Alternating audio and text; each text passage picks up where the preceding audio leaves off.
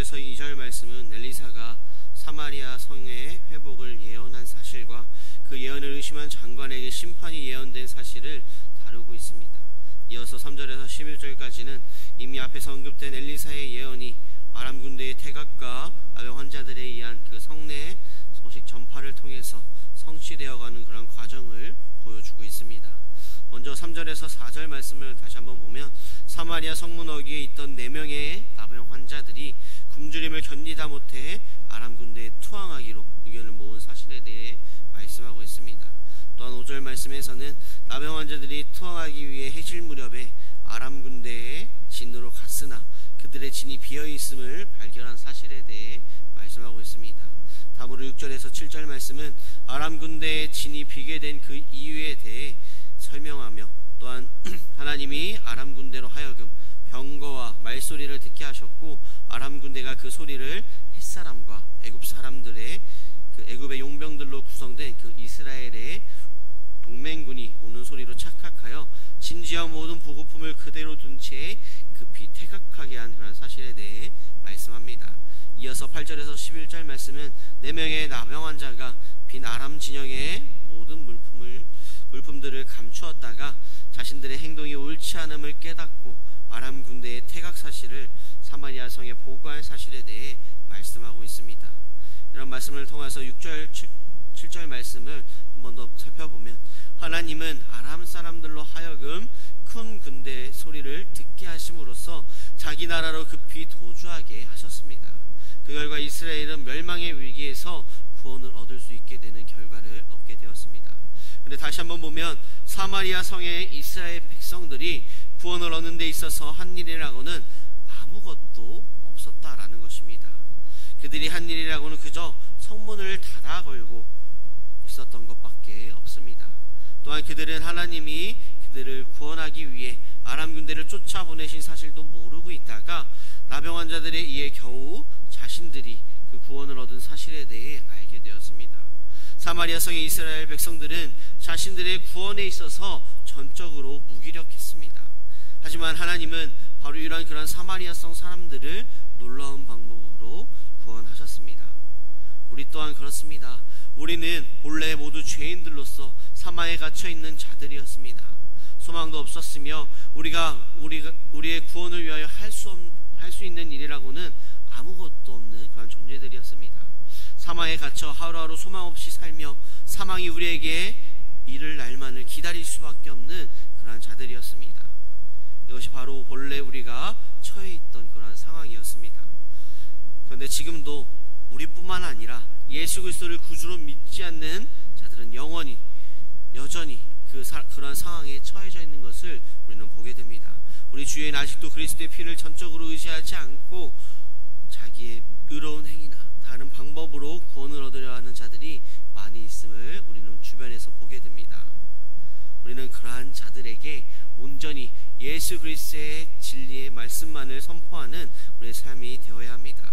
사도행전 4장 12절 말씀, 다른 이로서는 구원을 받을 수 없나니 천하 사람 중에 구원을 받을 만한 다른 일을 우리에게 주신 일이 없음이라 하였더라 라고 말씀합니다. 오직 예수 그리스도만이 우리의 구원자이심을 전할 수 있는 우리의 믿음의 삶이 되어야 합니다. 우리는 온 우주의 통치자 되시며 생사와 복을 주장하시는 주님만을 바라보며 의지함 가운데 우리만 그렇게 믿는 것이 아니라 우리 이웃에게, 내 가족에게 전할 수 있는 믿음의 삶이 되어야 함을 말씀하고 있는 것입니다. 9절 상반절 말씀에 보면 나병 환자들의 모습을 보게 됩니다. 나병 환자들이 그 친구에게 서로 말하되 우리가 이렇게 해서는 아니 되겠도다 라고 말씀합니다. 한편 나병 환자들이 사마리아 성 안에서 기근으로 인해서 죽어가는 그 동족들을 생각하지 못하고 자신들의 배만 채우기에 급급했던 그런 일들과 또한 전리품의 눈에 머문 나머지 그것을 감추기에 바빴던 자신들의 그 이기적인 욕망을 깨닫고 회개의 고백을 하고 있는 것을 보게 됩니다. 만일 그들이 이러한 죄를 깨닫지 못하고 앞전의 내용처럼 단지 자신들의 식욕과 재물욕을 채우는 데 만족했다면 그들은 지탄받아 마땅했던 존재들이었습니다. 하지만 그들은 거기에 머물지 않고 자신을 되돌아볼 줄 알았고 또한 반성할 줄도 아는 것을 오늘 말씀을 통해 보게 됩니다. 바로 이 점이 하나님께서 그들을 택하시고 구원의 도구로 사용하신 이유입니다. 사마리아 성 안에 그 사람들과 그들의 왕은 하나님을 버리고 이방신을 섬기며 많은 악을 자행하였습니다.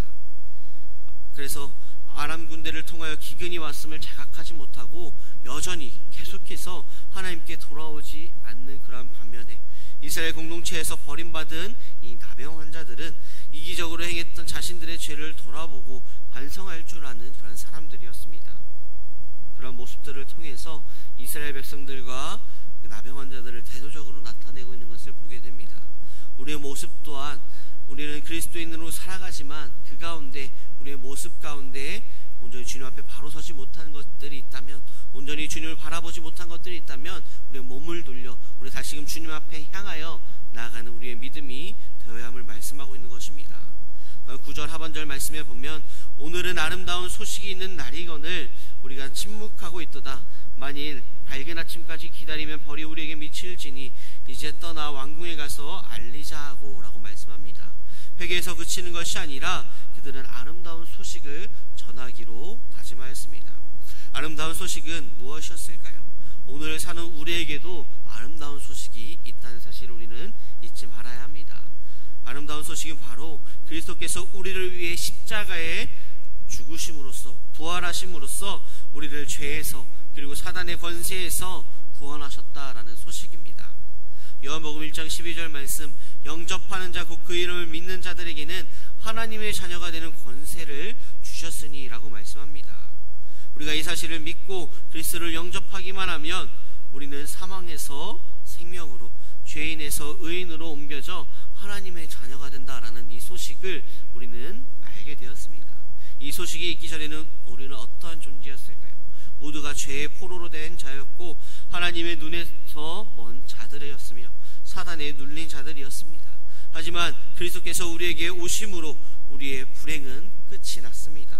로마서 8장 2절 말씀, 이는 그리스도 예수 안에 있는 생명의 성령의 법이 죄와 사망의 법에서 너를 해방하였습니다 라고 말씀합니다.